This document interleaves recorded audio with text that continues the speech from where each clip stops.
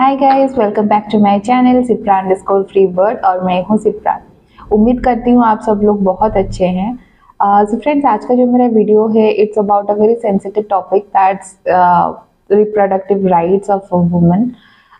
तो उससे पहले मैं आपको ये बोलना चाहती हूँ कि फ्रेंड्स, आपको तो पता ही है कि हमारे देश में ह्यूमन राइट्स को लेके कितना कुछ चल रहा है और उनमें से ये जो मुद्दा है रिप्रोडक्टिव राइट्स का, ये बहुत ज़्यादा सेंसिटिव टॉपिक बनता जा रहा है दिन ब दिन। आप लोग न्यूज़ देख रहे हैं, बहुत सारी चीज़ें चल रहा है, तो उसका जो अवेयरनेस होना चाहिए आप सबों के बीच में, मैं बस वही लाना चाहती हूँ इस वीडियो के थ्रू। मैंने कुछ कुछ रिसर्च किया है और रियल लाइफ एक्सपीरियंस भी ग्रैब किया है कुछ कुछ लोगों से बात करके कि एक्चुअल में उनके साथ क्या हुआ था, इसका मतलब क्या है, इसके वजह से क्या क्या प्रॉब्लम्स फेस करने पड़ते हैं, कंसिक्वेंसेस क्या आकर होते हैं, क्या क्या लॉ है। सो ये सारी चीज़ें मैं आपके साथ शेयर करना चाहती हूँ ताकि आपको भी सारी चीज़ों का एक जानकारी रहे, so that you can figure out things in your own way. So without wasting any time, let's start today's discussion guys. Reproductive rights होता क्या है? रिप्रोडक्टिव राइट्स वो होता है फ्रेंड्स, जिससे एक वुमन को वो राइट मिलता है कि वो चूज कर सके वेदर और नॉट टू रिप्रोड्यूस। उनके पास ये राइट होना चाहिए कि उनको ये प्रेगनेंसी अभी चाहिए कि नहीं। उनके पास ये राइट होना चाहिए कि ये अपने मर्जी से ये चीज, ये प्रेगनेंसी, अनवांटेड प्रेगनेंसी टर्मिनेट कर सके या फिर कैरी करना चाहते हैं अगर, वो उनका डिसीजन होना चाहिए। उनको वो राइट होना चाहिए कि they can choose their own preferred method of family planning and contraception.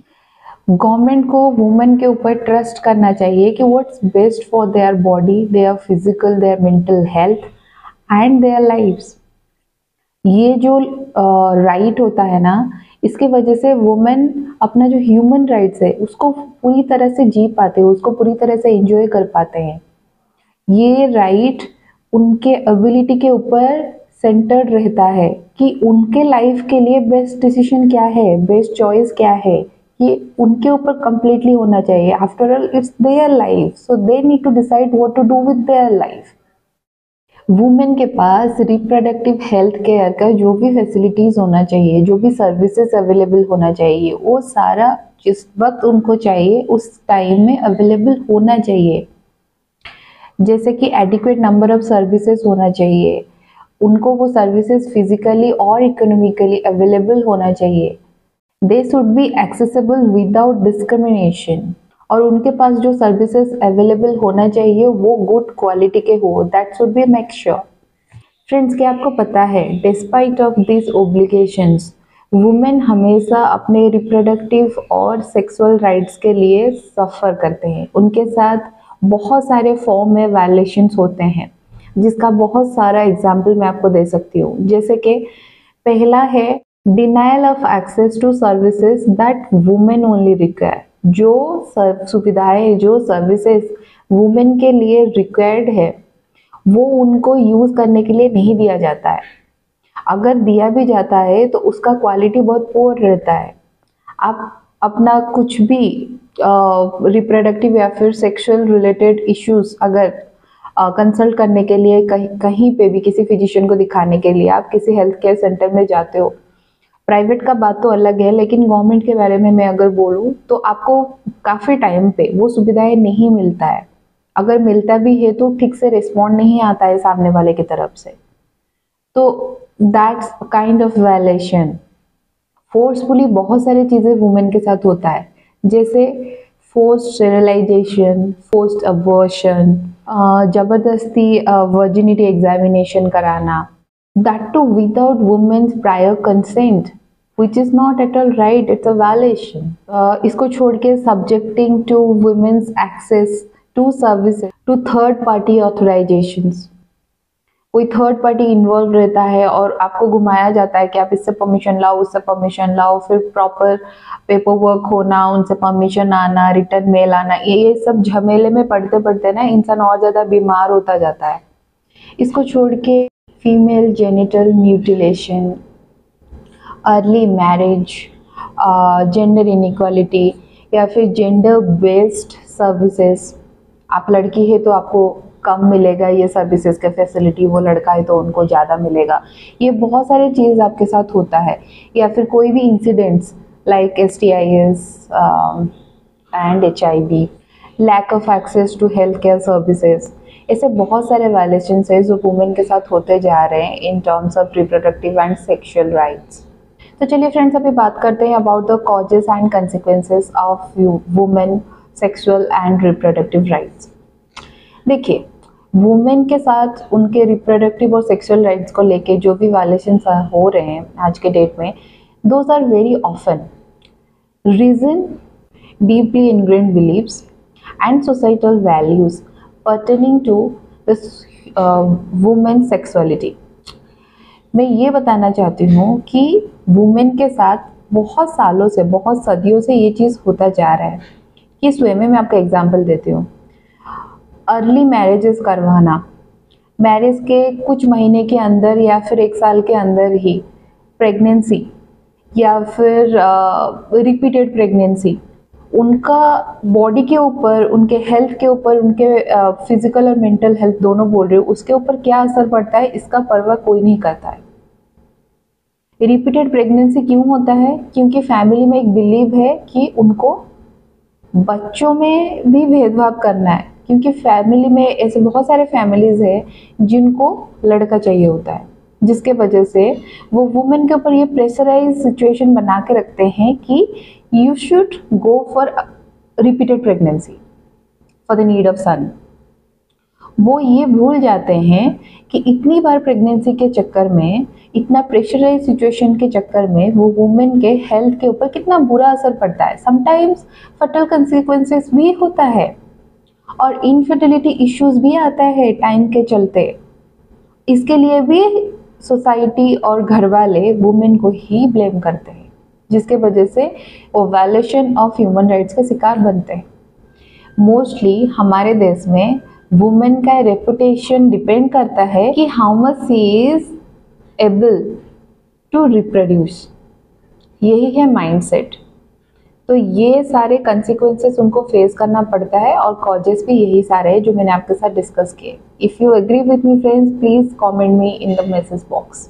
चलिए फ्रेंड्स, अभी बात करते हैं what is the importance of reproductive rights, जिसमें मेरा पहला पॉइंट है prevention of STIs, then contribution to family planning, third one is early detection of reproductive cancers. बहुत सारे टाइप के कैंसर्स हो रहे हैं रिप्रोडक्टिव सिस्टम में, जिसमें से मैं आपको एक बता सकती हूँ, सर्विकल कैंसर बहुत ज़्यादा आज के डेट में वायरल हुआ था पूनम पांडे के पोस्ट की वजह से। तो yes, that is also a risk. Then sexual education and the last one is the positive impact on the economy through informed decisions about workforce participation by women. So these are the importance of reproductive rights, जिसके बारे में बहुत अच्छी तरह से गौर फरमाना चाहिए आपको भी, गवर्नमेंट को भी, और आपके सराउंडिंग में जो भी है उनको भी कोऑपरेट करना चाहिए, because we can not ignore this points. तो फ्रेंड्स, चलिए अभी बात करते हैं what are the various reproductive health care problems.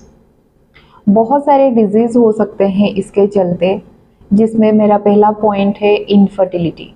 जैसे कि मैंने आपको पहले बताया एग्जाम्पल के तौर पे कि बार बार रिप्रोड्यूस कराने के लिए अगर वुमेन को मजबूर किया जाए कि हो सकता है कुछ साल बीत जाने के बाद उनका कुछ हेल्थ प्रॉब्लम आए जिसमें इनफर्टिलिटी भी हो, वो उस टाइम पे उस प्रॉब्लम को झेले उससे पहले ही हमें सचेत हो जाना चाहिए, उनकी तरफ बहुत ज़्यादा केयरफुल रहना चाहिए।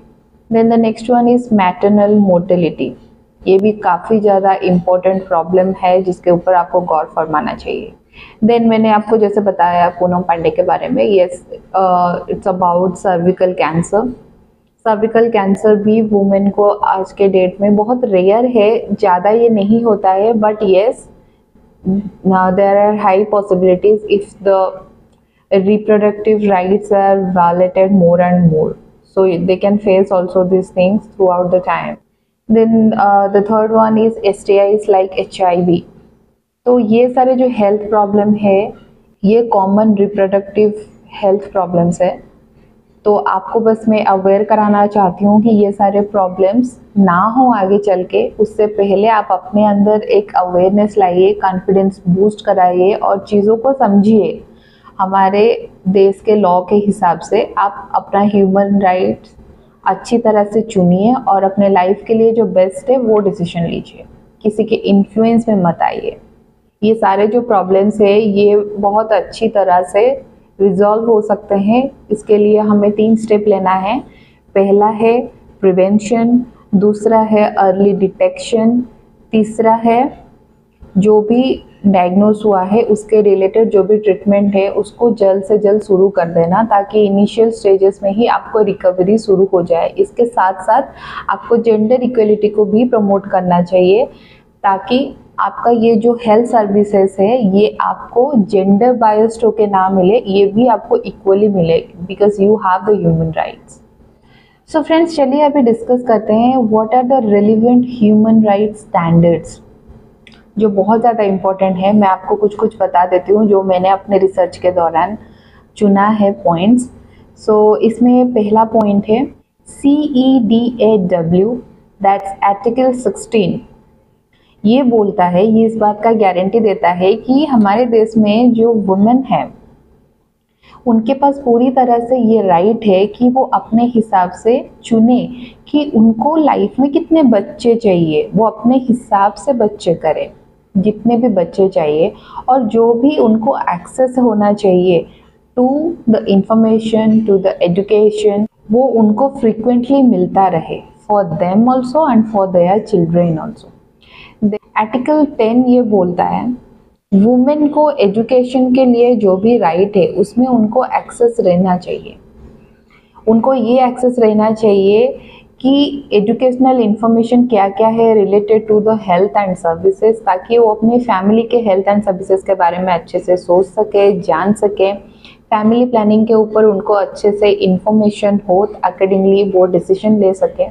Then the third one is the Beijing Action for Platform states that the human rights of women include their right to have a control over their matters which is related to their sexuality. They should be free of violence and discrimination, including sexual and reproductive health. उनके life के ऊपर, उनके sexuality के ऊपर, उनके reproductive health के ऊपर पूरी तरह से कंट्रोल होना चाहिए। जो भी डिसीजन है वो ही लेना चाहिए, उनके बिहाफ पे कोई नहीं, क्योंकि it's their life. Then the next one is CEDAW committee's general recommendation 24 recommends that जो भी स्टेट्स है हमारे देश में वो प्रायोरिटाइज करते हैं on the prevention of unwanted pregnancy through sex education and family planning. तो वो इसके ऊपर बहुत ज़्यादा फोकस करते हैं कि अनवांटेड प्रेगनेंसी ऑकर ना हो और इसका प्रॉपर इंफॉर्मेशन वुमेन को मिलता रहे through sex education and family planning. अगर किसी को नहीं चाहिए तो फैमिली प्लानिंग वो ये सजेस्ट करते हैं। Then the next one is CESCR general comment 14 states that maternity health care के रिलेटेड जो भी प्रोविज़न है it's comparable to a very concrete obligation.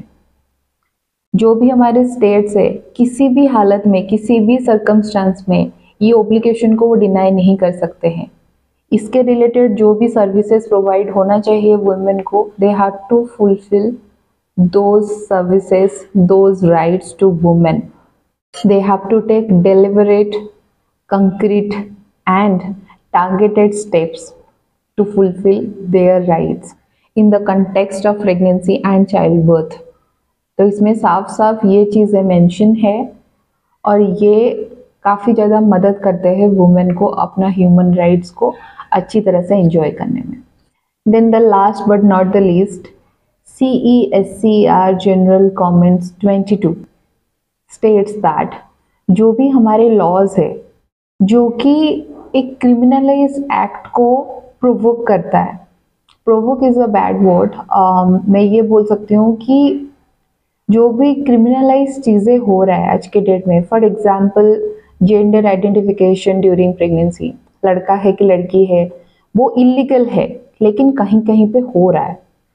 इसमें कोई इंडिविजुअल हो या फिर ग्रुप ऑफ इंडिविजुअल्स हो इन्वॉल्व है, जो इस मतलब ये जो कि इलीगल है हमारे कंट्री में, इसको वायलेट कर रहे हैं, जानबूझ के ये सारी चीजें पता कर रहे हैं। So anything related to sexual and reproductive health, ऐसे सारे चीजें जो हो रहा है ना, उस लॉ को रिपेल करना चाहिए, उस लॉ को, उस पॉलिसीज को एलिमिनेट कर देना चाहिए, ताकि उनको सख्त से सख्त सजा मिले या फिर उनके अगेंस्ट कोई भी स्टेप लिया जाए गवर्नमेंट के थ्रू, ताकि उनको पता चले कि this is illegal, this is violating women's human right, it's not right.